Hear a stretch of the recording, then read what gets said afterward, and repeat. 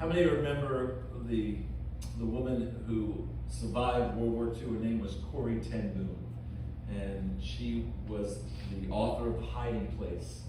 And quite a testimony. If you've never heard of her, I encourage you to Google her and look her up, because it's an amazing story of what God did through her. They saved, I don't know how many hundreds of Jews from the Holocaust and from the Nazis during World War II.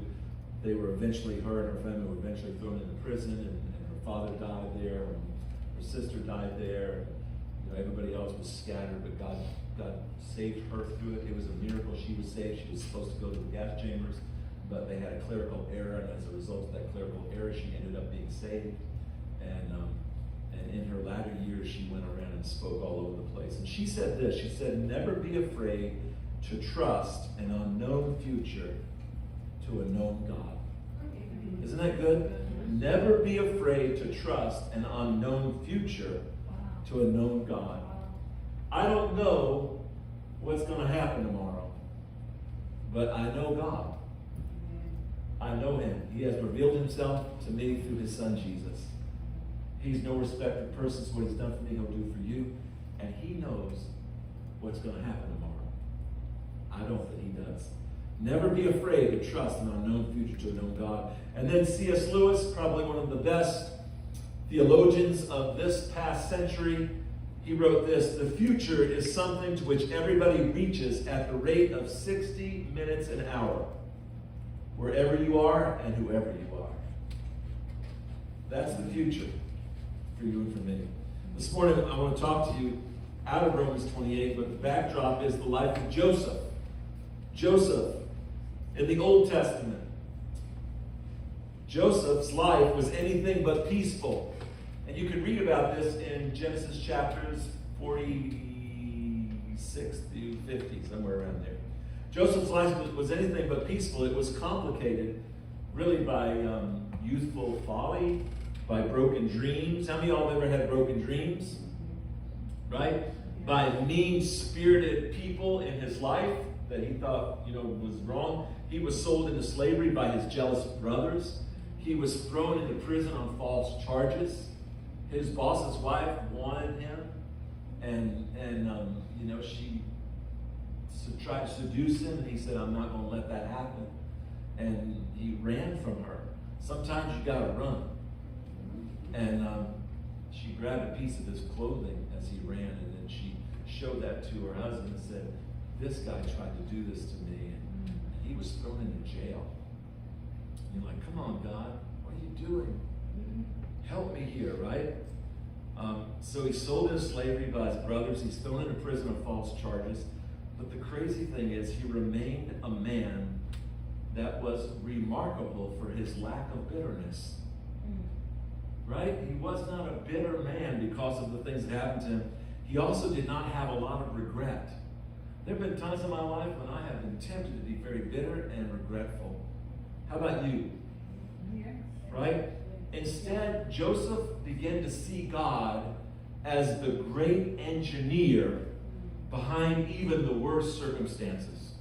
And what I want to talk to you about this morning quickly is, can you begin to see God as the great engineer of your life behind some of the worst circumstances that have ever happened to you, or even to others?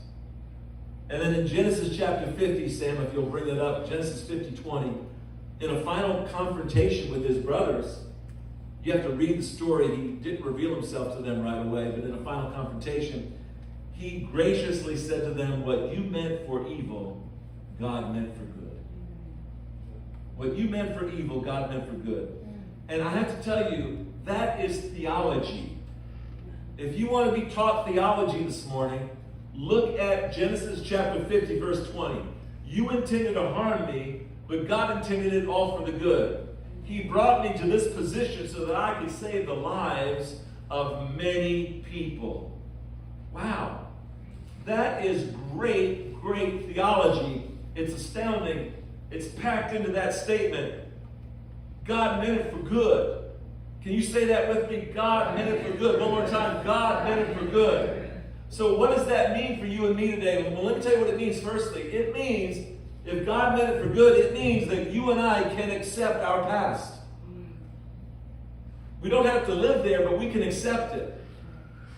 We can accept it. We've all had bad things happen to us. Bad things happen to good people. But I want to share with you, there's no sin, there's no action, there's no choice on your part that's too big for God to handle. Amen. Or it's too big to be worked for the good to those who love him and are called according to his purposes. That's what Romans 8:28 says. And so, you got to think about Joseph talking to his brothers. They were famished. They were in a famine. They were going to die if they didn't get help. And so they were needing Joseph's approval for their survival.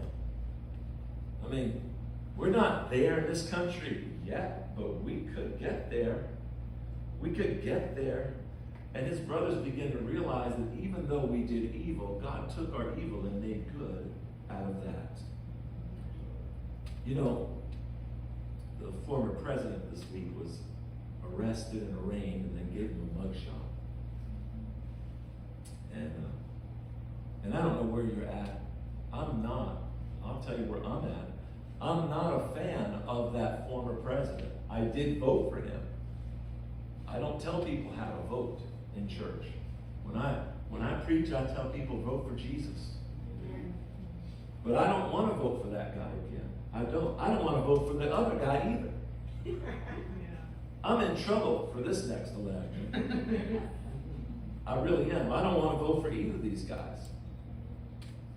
But seeing this man's mugshot and seeing what they're doing, because it's all politically motivated, all it does is drive the division further, in my opinion. It's really bad, and I wish that somebody would just step up and say, let us really do what's right for the country. Yeah. Let's try to bring some healing to our nation. Yeah. Now, I don't think that anybody is big enough to do that anymore. George Washington would be ashamed to see this happening.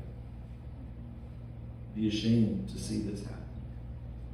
Sometimes, though, you have to leave that past in that past. You don't have to go forward with vitriol or hate.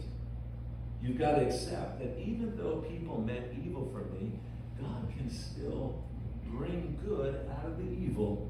That's right. And so my prayer is that out of the evil of these men's hearts that are waging political war upon each other in our nation, out of the evil of that, God will bring good in men's hearts.